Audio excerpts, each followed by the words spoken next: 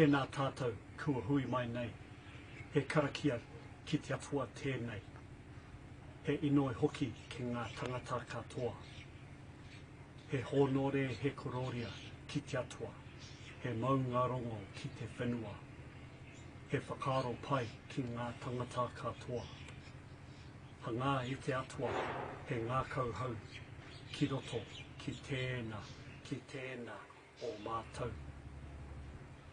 Whakatongia tō wairua tapu, hei awhina, hei tohu i a mātou. Hei akona, hoki, i ngā mahi i roto i tēnei wānanga. E rongo, whakiria ki ronga ki a TÄNÄ, homi e, hui e, tā ki e. Ko tēnei te wā, ka waiata au, ka waiata ki a i hoa. Ko tēnei te wā, ko inoi aho,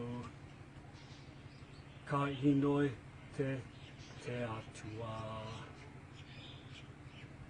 Waiata aroha nui, waiata aroha nui, waiata aroha nui ki te atua.